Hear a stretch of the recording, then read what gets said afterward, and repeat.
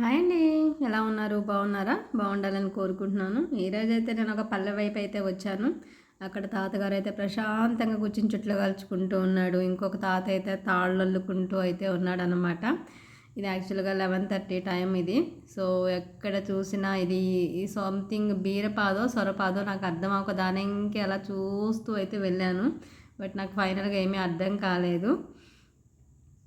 ఇంకా పల్లెటూర్లు అంటే మనం చెప్పుకోవడానికి ఏముంది, ఎక్కడ చూసినా చక్కగా గడ్డివాములు, చెట్లు, పల్లెటూర్లు, ఇల్లు ప్రశాంతంగా ఇలానే ఉంటాయి కదా. ఈ బుజ్జి బుజ్జ అయితే మొన్నే పుట్టినట్టు ముద్దుగా అయితే అనిపించింది. ఇక్కడ అంతా కూడా అటు మనకి పనులు చేయడానికి వస్తారు కదా, వాళ్ళందరికైతే ఈ షెడ్ ఇచ్చినట్టున్నారు.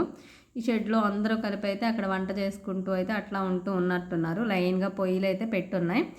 ఈ పల్లెటూరులో యాక్చువల్గా కాలువల దగ్గర అయితే బట్టలు అయితే ఉతుక్కుంటూ ఉంటారు. అలా అయితే ఇద్దరు ముగ్గురు ఆంటీ వాళ్ళు అయితే కనిపించారు నాకు. చాలా ప్రశాంతంగా చెట్ల కింద కూర్చుని మీటింగ్ అయితే పెట్టుకుంటారు. ఇళ్లల్లో అయితే ఎవరు ఉండరు. ఎవరో సీరియల్ చూసే వాళ్ళు ఒక్కళ్ళు ఇద్దరు తప్ప బయట బెంచెస్ మీద, రోడ్డుకి చెట్ల కింద కుర్చీలు వేసుకుని చెట్ల కింద అరుగుల మీద ఇలానే కూర్చుని కనిపిస్తారు. ఇంకా ఇక్కడైతే ఒక ఇంటికి అయితే వెళ్ళారనమాట. ఇక్కడ బయట చక్కగా అన్నీ అయితే ఎండబెట్టుకుని ఉన్నారు. మొక్కలు కనిపించినాయి. పచ్చిమిరపకాయ చెట్టు దగ్గర నుంచి ప్రతి ఒక్కటి అమ్మడి బీరకాయలండి. కార్తీక మాసం మనం చాలా ఫేమస్గా తింటూ ఉంటాం కదా.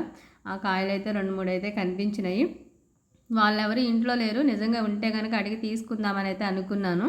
బట్ లేరు కాబట్టి క్వైట్ మన వీడియో అయితే మనం తీసుకుని అయితే వెళ్ళిపోతున్నాం.